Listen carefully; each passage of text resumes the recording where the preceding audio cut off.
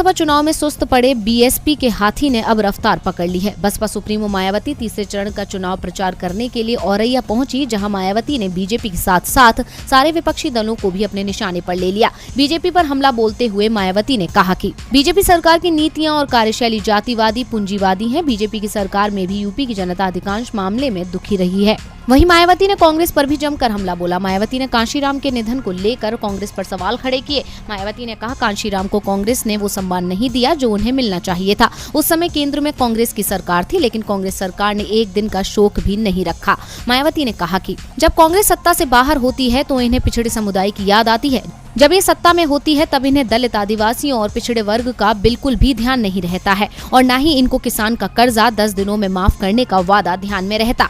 मायावती यहीं नहीं रुकी। उन्होंने समाजवादी पार्टी पर निशाना साधते हुए कहा कि सपा सरकार में ज्यादातर गुंडों, बदमाशों, माफियाओं का राज्य रहा है, जिस वजह से ही इस सरकार में हमेशा तनाव की स्थिति बनी रही है। प्रदेश में विकास कार्य भी विशेष समुदाय तक सीमित रह गए हैं।